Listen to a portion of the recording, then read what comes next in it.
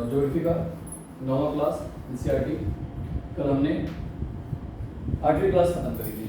8वीं क्लास के सारे चैप्टर हो गए थे, ठीक है। बुक का नाम था संसाधन और लास्ट हमने मानव संसाधन पढ़ करके उसे खत्म किया। 8वीं क्लास थोड़ा सा बोरिंग लगता है क्योंकि उसमें उद्योग है, कृषि है, जनजाति है, तो आप ये समझ नहीं पाते कि हम इसे ज्योग्राफी में क्यों पढ़ रहे हैं। उद्योग को इकोनॉमी में पढ़ा जाता है, जनसांख्यिकी को इकोनॉमी में पढ़ा जाता है, एकदम ज्योग्राफी पढ़ रहे थे। तो मैंने हर चैप्टर के पहले ही बताने की कोशिश की थी कि आप इसे क्यों पढ़ रहे हैं। जैसे उद्योग को हम संसाधन के रूप में पढ़ रहे थे, कृषि को हम संसाधन के रूप में पढ़ रहे थे, राइट।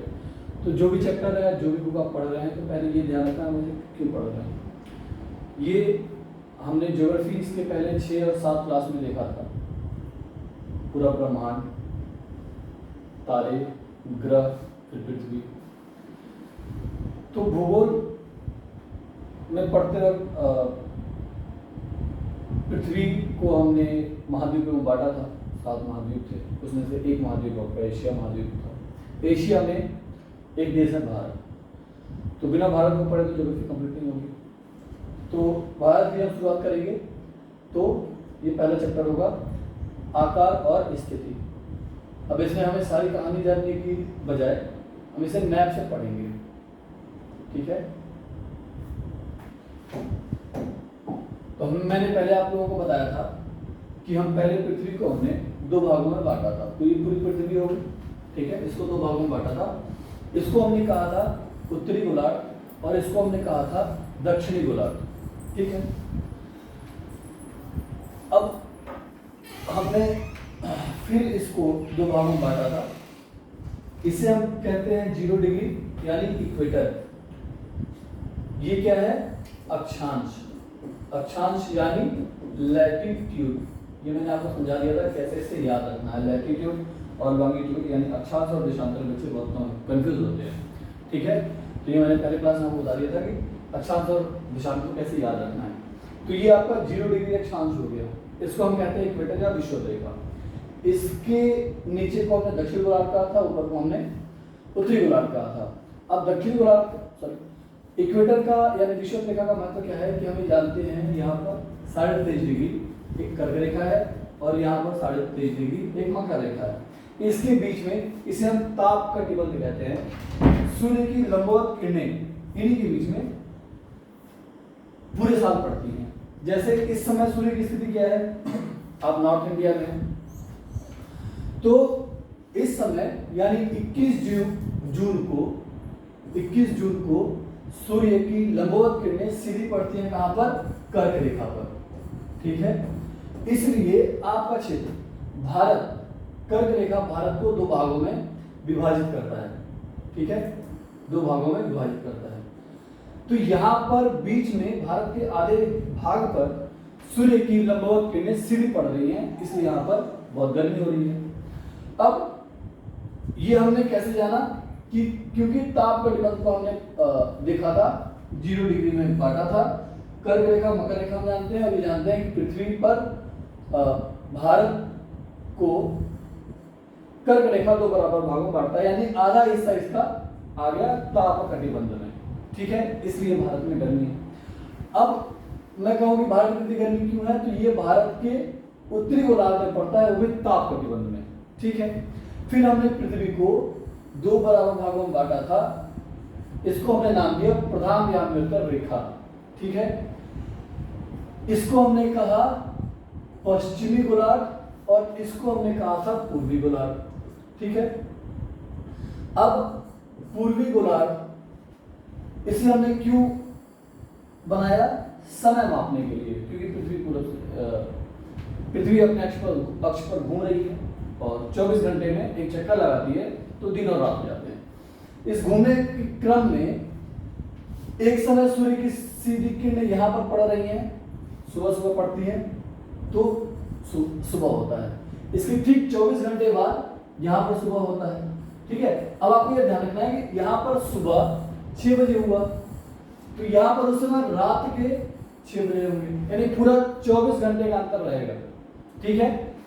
पहले यहाँ पे सूर्य पड़ेगा। अब हम समय कैसे निकालेंगे? तो समय की गणना के लिए हमने प्रधान यामियोत्तर रेखा खींचा और कहा कि यहां से हम समय की गणना करेंगे, राइट। यानी यहां पर जब सूर्य की किरणें पड़ेगी तो 6 बजे।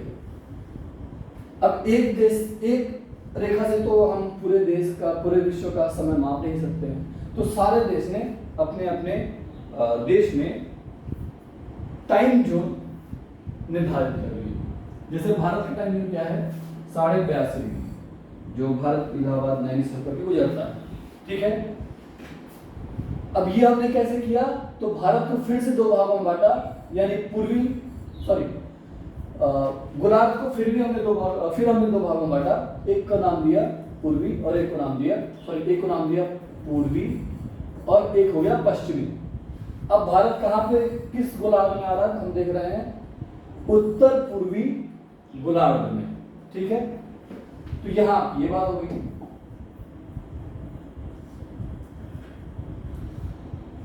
अब भारत की स्थिति, तो भारत की स्थिति हम इस मैप से देखेंगे। अब आप लोग कोशिश करें कि सब लोग मैप ले लें, एटलस आता है ऑक्सफोर्ड का, और जो भी तथ्य आप पढ़ें वो मैप पर ही पढ़ेंगे तो आपको याद रहेगा, ठीक है। कि रटने के बजाय या लिखने के बजाय आप इसे मैप पे प्रैक्टिस करेंगे, मैप पर बना लेंगे तो आपको याद हो जाएगा। अब वो कैसे याद होगा ये मैं आपको बताता हूँ।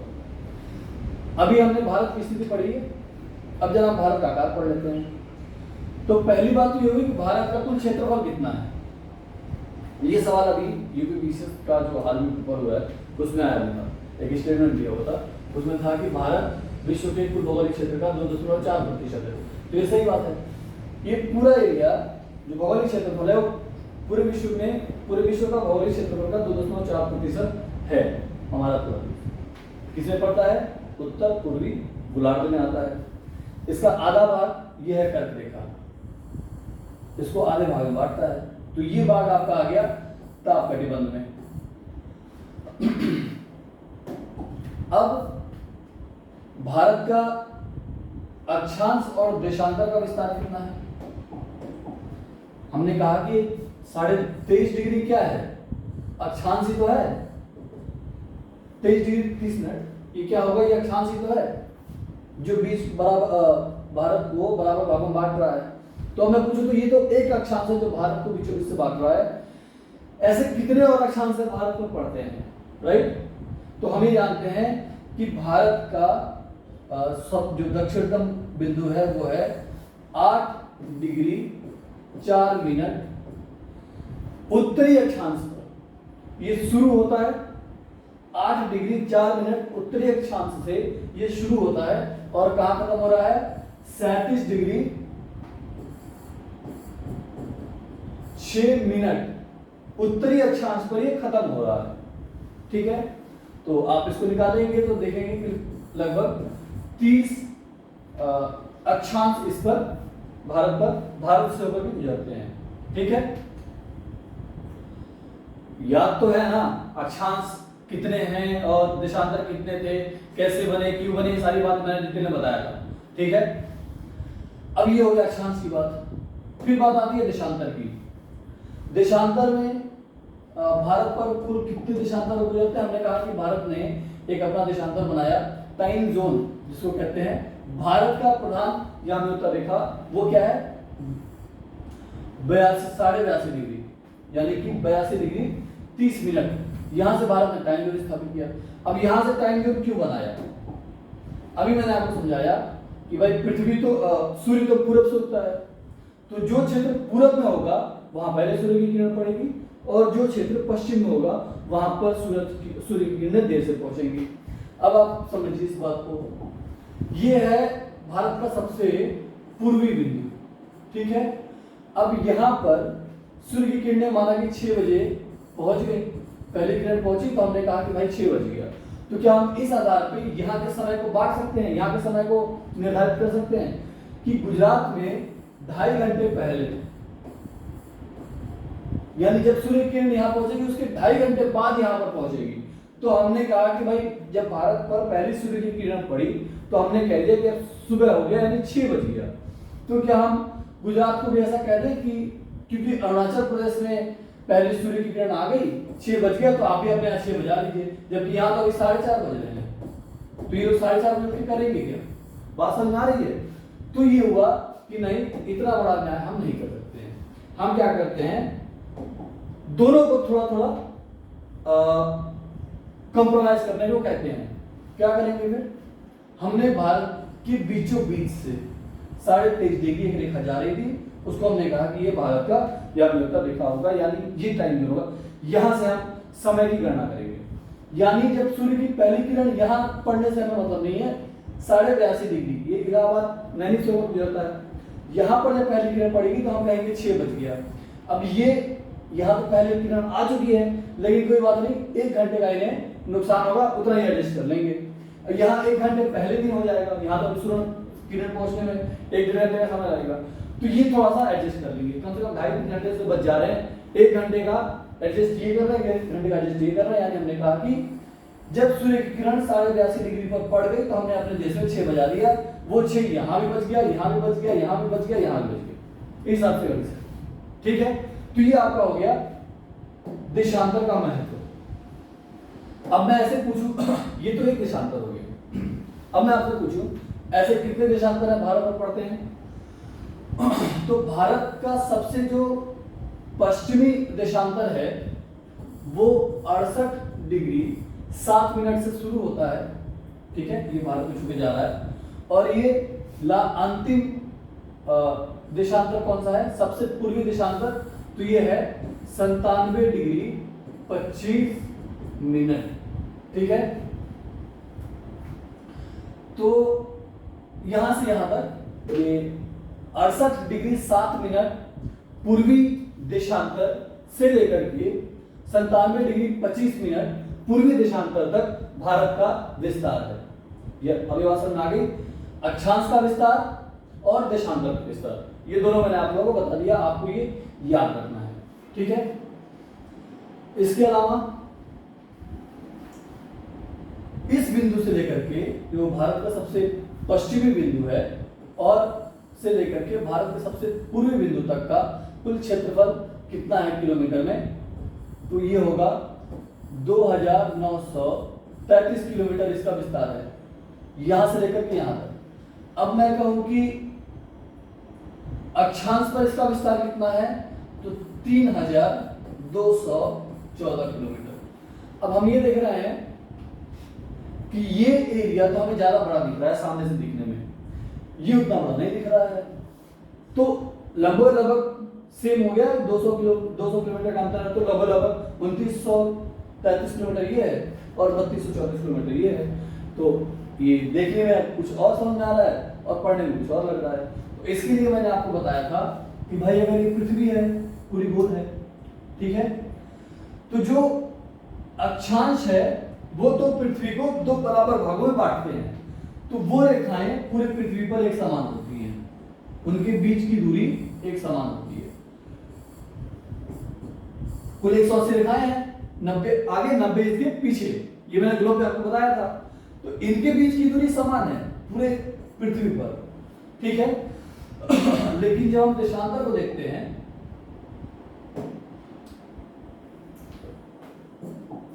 जब हम यही चीज देशांतर पर देखेंगे, ये आपका पृथ्वी हो गया, तो देशांतर ध्रुवों पर जाकर के मिल जाता है। ठीक है, इस वजह से आप एक चीज गौर करिए कि ध्रुवों पर इनके बीच की दूरी कम होती है। ये चीज अक्षांश के साथ नहीं है, ये चीज देशांतर के साथ है कि ध्रुवों पर इसकी दूरी कम हो जाती है और विषुवत रेखा पर सबसे ज्यादा दूरी हो जाती है।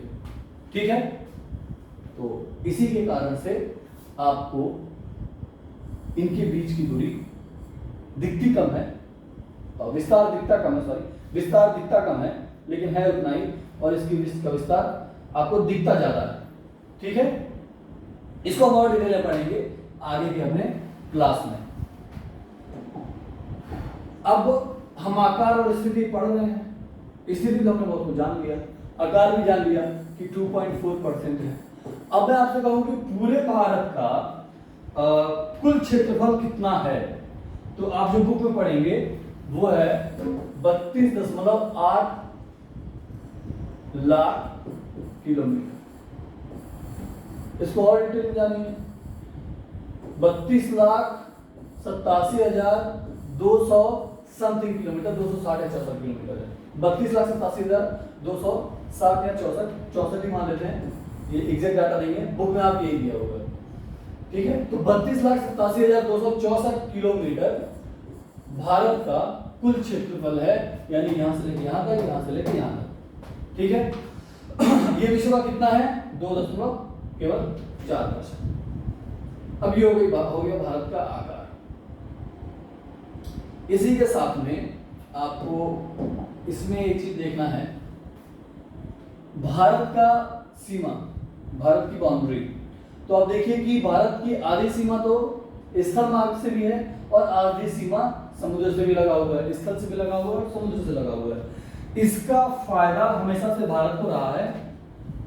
प्राचीन काल में, मध्यकाल में जब सभ्यताएं थी तब भी, जैसे आपने पढ़ा होगा हड़प्पा सभ्यता। तो हड़प्पा सभ्यता गुजरात से एक जगह है लोथल उनका बंदरगाह था। हड़प्पा सभ्यता बहुत पुरानी सभ्यता है, आप इतिहास में पढ़ेंगे।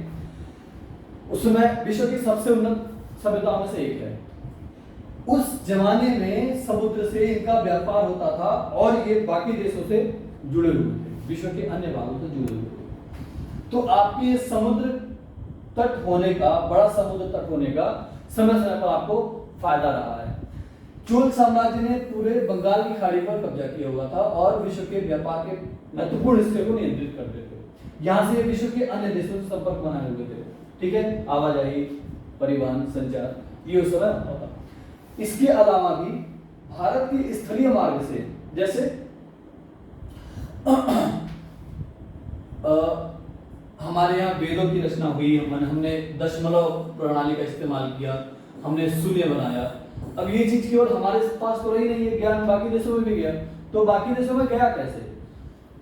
दशमलव भारत में इस्तेमाल हो रहा है। अब एक आदमी भारत से जा रहा है दुनिया के अन्य हिस्सों में, या कोई और व्यापार करने के लिए आया दुनिया के अन्य हिस्सों से भारत में व्यापार करने के लिए आया तो उसने यहाँ के सिस्टम को देखा, यहाँ की चीजों को समझा, सीखा और जाकर के बाकी देशों में फैलाया। तो ये आपका एक बड़ा सीमा बाउंड्री होने का एक बेनिफिट है। और भारत अपनी स्थिति के कारण, जिस स्थिति पर ये है, ये विशेष दर्जा हासिल कर लेता है। क्योंकि हिंद महासागर हम जानते हैं, ये हिंद महासागर भारत के नाम पर पड़ा है, हिंदुस्तान के नाम पर रखा गया है हिंद महासागर। ये विश्व का एकमात्र देश है जिसके नाम पर किसी सागर का नाम है। ठीक है, ये इसका सीमा हो गया, बाउंड्री हो गई। अब आपको थोड़ा सा जानना है, अच्छा एक चीज और देख लीजिए, जो क्वेश्चन पूछा गया था पीसीएस में, उसमें ये तो था ही कि 2.4% स्टेटमेंट दिया गया था। साथ में ये भी था कि भारत 6 नंबर का सबसे बड़ा देश है। तो बहुत बेसिक बुक में है ये आंसर, कहीं बहुत बड़ी किताब और बहुत बड़े नाम के राइटर को पढ़ने की जरूरत नहीं है, केवल आप यहाँ से पढ़ के जाते तो आपका क्वेश्चन सही हो जाता। रूस विश्व का सबसे बड़ा देश है, दिखा दो आपको रूस, ये पूरा भाग रूस का है, ये रूस विश्व का सबसे बड़ा देश है। इसके बाद कनाडा आता है, विश्व का दूसरा सबसे बड़ा देश। इसके बाद नॉर्थ अमेरिका आता, सॉरी अमेरिका, यूएसए आता है, जो विश्व का तीसरा सबसे बड़ा देश है। ठीक है, अमेरिका के बाद चीन विश्व का सबसे बड़ा देश है, फिर ब्राजील, फिर ऑस्ट्रेलिया, फिर भारत। यानी भारत 7वां विश्व का सबसे बड़ा देश है। ठीक है, 7वां सबसे बड़ा देश है कौन? भारत। दिख रहा है ना? तो ये एक क्वेश्चन आपको यहीं से सीधे सीधे दिख रहा है। ठीक है,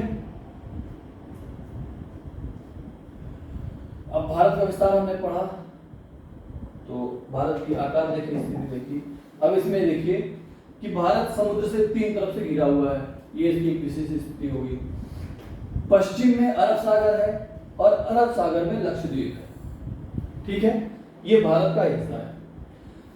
पूरब में बंगाल की खाड़ी है और बंगाल की खाड़ी में अंडमान निकोबार द्वीप समूह है, ये भारत का हिस्सा है। ठीक है, इसी पर भारत का सबसे दक्षिणतम पॉइंट बनाया गया था, उसे हम कहते थे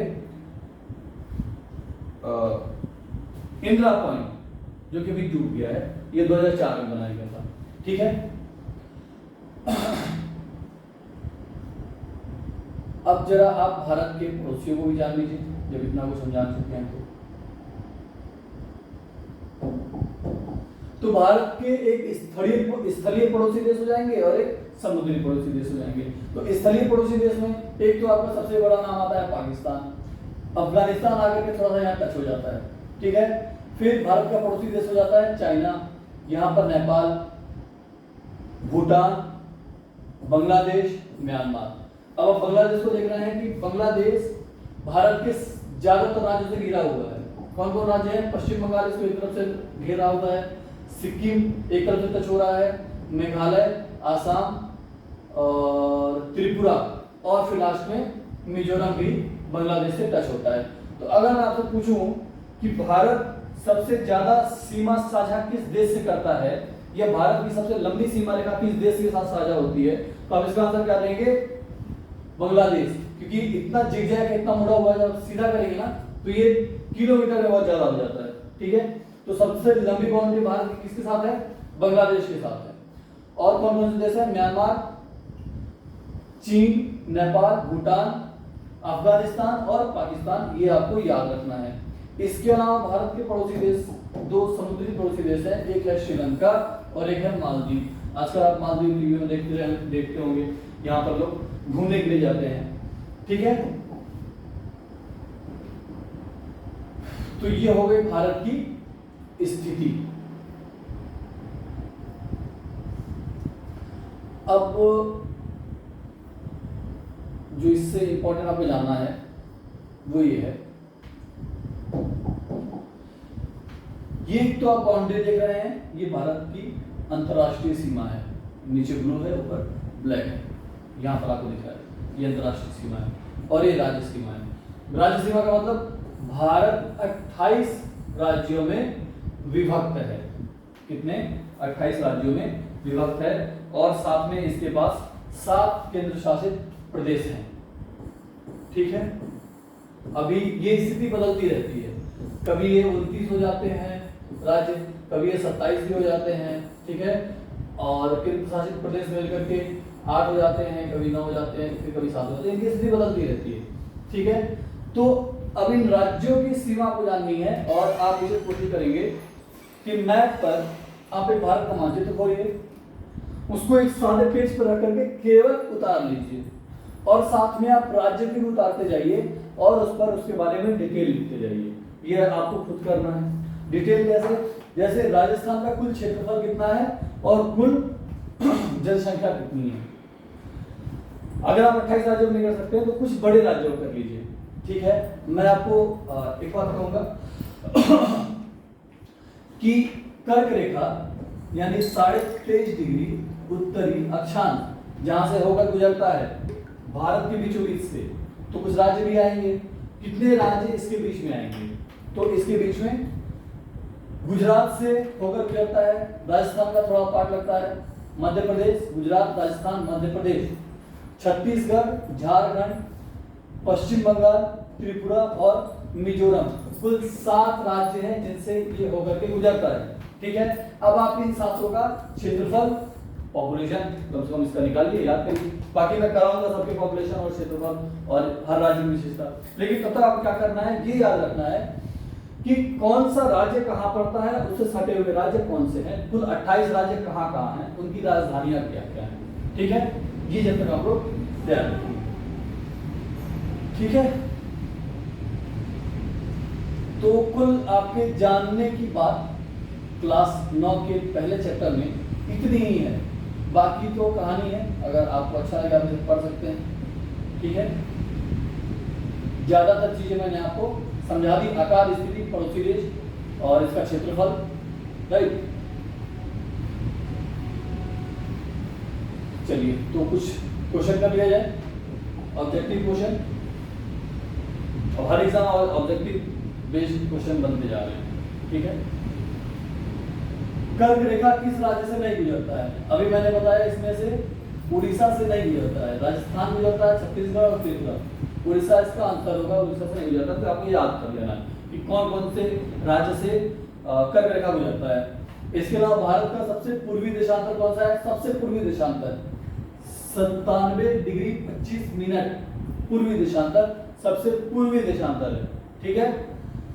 इसके अलावा उत्तराखंड, उत्तर प्रदेश, बिहार, पश्चिम बंगाल और सिक्किम की सीमाएं किस देश को छूती हैं? तो नेपाल को छूती हैं। अगर ये रह गया हो तो ये मैं आपको थोड़ा सा, हालांकि रह नहीं गया था, इसमें ये है, आप इसे देखेंगे गौर से तो ये आपको याद रहेगा। उत्तराखंड, उत्तर प्रदेश, ये नेपाल की सीमा है। ठीक है। उत्तराखंड, उत्तर प्रदेश, बिहार और सिक्किम ये राज्य किससे सटे होते हैं? नेपाल से। इसके बाद एक और राज्य है एक और देश है जिससे सबसे ज्यादा हमारे देश की राज्य टच होते हैं, वो है एक बांग्लादेश। बांग्लादेश से कौन कौन टच होता है? पश्चिम बंगाल है आपका, फिर सिक्किम है, ऊपर से आके लग रहा है, फिर अरुणाचल प्रदेश नहीं है, मेघालय और आसाम। ठीक है। आसाम ये है, मेघालय हो गया, फिर त्रिपुरा और मिजोरम। तो सबसे ज्यादा बांग्लादेश को टच होते हैं। और जिन प्रदेशों के बारे में ये सवाल पूछ रहा है उससे टच होता है नेपाल। ठीक है, याद रहेगा। इसके बाद ग्रीष्म काल में अगर आप कवरत्ती जाना चाहते हैं तो कवरत्ती बेसिकली लक्षद्वीप का एक हम कहें कि आपका राजधानी है कवरत्ती। तो यहाँ जाने के लिए सी बात है कि आप यहां से होकर जाते हैं। ठीक है। तो दमन द्वीप, राइट। फिर मेरे मित्र देश एक ऐसे देश के निवासी हैं जिस देश की सीमा भारत के साथ नहीं लगती। बताइए कौन सा देश है जिसकी सीमा भारत के साथ नहीं लगती? भूटान का हमने देखा लगता है, बांग्लादेश का लगता है, नेपाल का लगता है, ताजिकिस्तान का सीमा भारत से नहीं लगती। अब ये भी धीरे धीरे हम पढ़ेंगे कि विश्व के और कौन से देश हैं, उनकी सीमाएं क्या हैं। ठीक है। चलिए अब मिलते हैं अपने नेक्स्ट क्लास में। Thank you very much.